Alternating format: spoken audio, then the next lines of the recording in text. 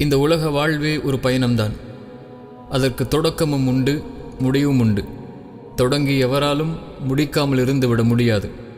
அதனால்தான் இந்த உலக வாழ்வில் ஒரு பயணியைப் போல் வாழென்று இறைத்தூதரின் வார்த்தைகளும் அமைந்தது. இந்த உலகத்தில் பிறந்த ஒவ்வொரு மனிதருக்கும் அவரவரின் பாதை முடிவு செய்யப்பட்டது. அப்படி இறைவனால் பாதை முடிவு செய்யப்பட்ட மனிதர்களுள் நானும் ஒருவன். பாபர் மஸ்ஜித் இடிக்கப்பட்ட சமீபத்திய ஆண்டுகளில் தொடங்கியது எனது பாதை. மார்க்க தொடர்பும் சமூக தொடர்பும் கலந்த குடும்ப பட்டறையில் தொடங்கியது எனது பயணம். மழலை பருவமும் சிறு பருவமும் குடும்ப பின்னணிகளற்று நடுத்தர வர்க்கத்தில் கழிந்த நாட்கள் அது. அன்பும் கண்டிப்பும் மாறி மாறி பகிரப்பட்டு இளமை பருவத்தை நோக்கி அழைத்து வந்தது எனது வாழ்வு. பள்ளி பருவம், மதரசா பருவம், கல்லூரி பருவம் என்று பல சுழற்சிகளில் வாழ்க்கை மாறி நான் செல்ல வேண்டிய இடத்தை நோக்கி காலம் என்னை கரை சேர்க்க முயற்சித்த நாட்கள் அவை. நோக்கத்தை, வாழ்வின் குறிக்கோளை, இறை மார்க்கத்தை, இறையருளால் நான் பெற்ற தண்டனைகள் மட்டுமே எனக்கு புரிய வைத்தது. நான் அறியாமல் என்னில் புதைந்திருந்த என் சிறு திறமைகளை சரியான நேரத்தில் என் பாதை எனக்கு எடுத்து காட்டியது. இறைப்பணியின் தொடக்கம் தகுதியற்ற புகழ்ச்சிகளோடும் நிலையான இறை அன்பின் நேசத்தோடும் தொடங்கியது. எதை இறை அருள் என்று எண்ணினேனோ அதுவே மாபெரும் சோதனை என்பதை என் பாதை எனக்கு அடுத்த கணமே உணர்த்தியது. கடக்க கடக்க விமர்சனங்களும் எச்சரிக்கை மணிகளும் அனுமதி மறுப்புகளும் என் இதயத்தை உடைக்க துவங்கியது. உயர்வும் தாழ்வும், ஏக்கமும் கலக்கமும், மகிழ்வும் கண்ணீரும், ஏழ்மையும் செல்வமும், உறவும் பிரிவும், அரவணைப்போடு அமைந்த துரோகமும் வாழ்க்கை என்றால் என்ன என்பதை சிறு வயதிலேயே பாடமாக கற்றுக் கொடுத்தது. சமூக பயணம் மலர்களாலான பாதை மட்டுமல்ல, வழிகளும் மரணமும் கலந்த ஆபத்தின் படுகொலி என்பதை என் கண்முன்னே நான் கண்ட அநீதத்தின் தீர்ப்புகளும் சில உயிரிழப்புகளும் எனக்கு புரிய வைத்தது. எந்த சமூகத்தின் மீது பேரன்பு கொண்டேனோ அந்த சமூகத்தின் மீது கோபமும் விரக்தியும் ஏற்படுவதற்கு அதன் தலைமையும் உணர்வற்ற சமூக பின்னணிகளும் காரணமாகியது. உதாரணமே, பழனி பாபாவின் மரணத்தின் தீர்ப்பு வெறும் உணர்வில்தான் இந்த சமூகம் பயணிக்கிறது என்பதை உணர்த்தியது. மதானியின் சிறைவாசத்தின் ஊனம் உணர்வுகள் ஊனமாக்கப்படும் என்பதை உணர்த்தியது. பாபர் மஸ்ஜிதின் நிலையற்ற தீர்ப்பு ஓர் நிலையில் இந்த சமூகம் ஒருபோதும் இல்லை என்பதை உணர்த்தியது. பெரும் அழைப்பாளர்களின் தடைகளெல்லாம் இது வெறும் கைதட்டும் சமூகம் என்பதை பாடமாக்கியது. சமூக தலைவர்களின் தன் அழைப்பு காலம் காலமாய் சுயநலமே இங்கு வேரூன்றிருக்கிறது என்பதை பாடம் புகட்டியது. உலக போராட்டங்களும் முஸ்லிம்களின் மரண ஓலங்களும் வெறும் ஸ்டேட்டஸ்களாக மாற்றப்படும் உயிரற்ற உணர்வுகள் என்பதை எனக்கு அறிய வைத்தது. இந்த சமூகத்தின் நோக்கம் என்ன, குறிக்கோள் என்ன, திட்டமிடுதல் என்ன, இந்த சமூகத்தின் ஒன்றிணைந்த தலைவர் யார், எந்த பாதையில் இந்த சமூகம் பயணிக்கிறது, முன் வருபவனுக்கு கை கொடுத்து அரவணைக்கும் வழிகாட்டும் மக்கள் இந்த சமூகத்தில் உண்டா, இந்த சமூகத்தின் எதிர்காலம் என்ன, இந்த சமூகத்தை தலைமை தாங்கி அழைத்துச் செல்லும் உணர்வுள்ள சமூக பட்டறையில் படிக்கும் எதிர்கால மாணவர்கள் எத்துணை, இன்னும் வரவிருக்கும் எதிர்ப்புகளையும் விமர்சனங்களையும் அழிக்க துடிக்கும் இரத்த துளிகளையும் உணர்வை தூக்கி எறிந்து அறிவை கொண்டு போராடும் மக்கள் எத்துணை. இதில் எந்த கேள்விகளுக்கும் பதில் யாரிடத்தில்?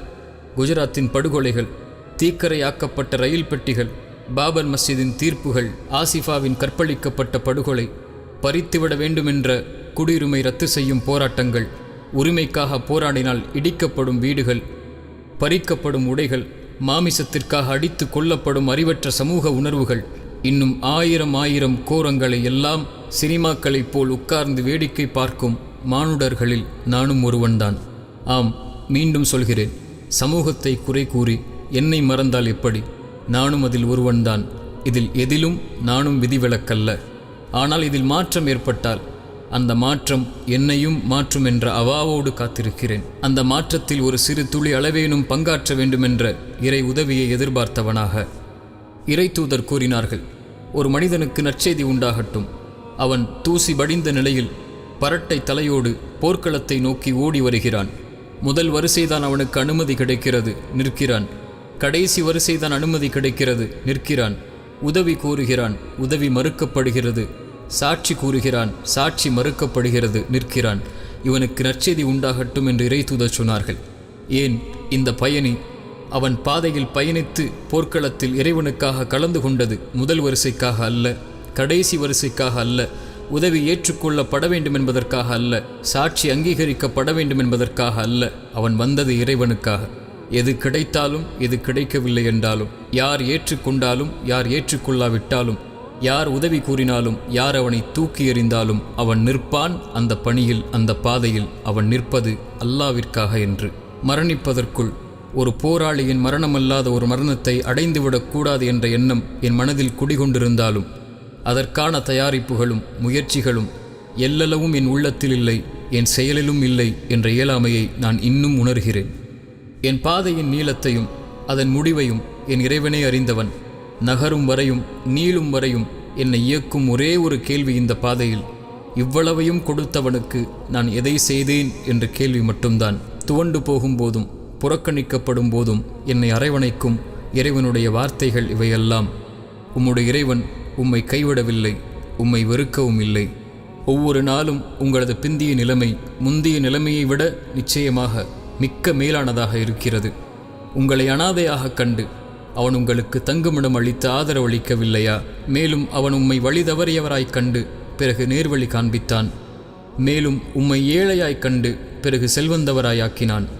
ஆகவே இவைகளுக்கு நன்றி செலுத்துவதற்காக நீங்கள் அனாதைகளை கடுகடுக்காதீர்கள், யாசிப்பவரை வெறுட்டாதீர்கள். உங்கள் மீது புரிந்துள்ள உங்களது இறைவனின் அருளை பிறருக்கு அறிவித்து அவனுக்கு நன்றி செலுத்தி கொண்டே இருப்பீராக என்ற இறை வசனத்தின் கேள்விகளுக்கு பதிலை தேடியவனாகத்தான் என் பாதையை இப்போதும் தொடர்கிறேன். அனுபவமற்ற பெரும் வழிகாட்டல் இல்லாததாக என் பாதை அமைந்திருந்தாலும் எந்த ஒரு தனிப்பட்ட மனிதரையும் குறை கூறியதில்லை, எந்த ஒரு தனிப்பட்ட கொள்கையையும் ஆதரித்ததில்லை, எந்த ஒரு தனிப்பட்ட கொடியையும் உயர்த்தி பிடித்ததில்லை, எந்த ஒரு தனிப்பட்ட இயக்கத்திற்காகவும் போராடியதில்லை, சுயநலத்திற்காக எந்த மார்க்க மேடையையும் பயன்படுத்தியதில்லை, பயன்படுத்தப் போவதும் இல்லை, பயன்படுத்தக்கூடாதென்ற உறுதியையும் என் இறைவனிடத்தில் கேட்டு பெறுகிறேன். நோக்கங்களை, குறிக்கோளை, திட்டமிடுதலை அடிப்படையாக கொண்டு பயணிக்கும் சமூகத்தில் ஒருவனாக என்னை மாற்றும் முயற்சி மட்டுமே என்னிடத்தில். செல்ல வேண்டிய தூரம், கடக்க வேண்டிய பாதை, சந்திக்க வேண்டிய மனிதர்கள், கேட்கப்பட வேண்டிய கேள்விகள், பெற வேண்டிய பதில்கள், தேட வேண்டிய கல்வி, சந்திக்க வேண்டிய ஆசிரியர்கள், எடுக்க வேண்டிய அனுபவம், வரவேண்டிய விமர்சனங்கள், சந்திக்க வேண்டிய போராட்டங்கள் ஏராளம் ஏராளம். அதற்காக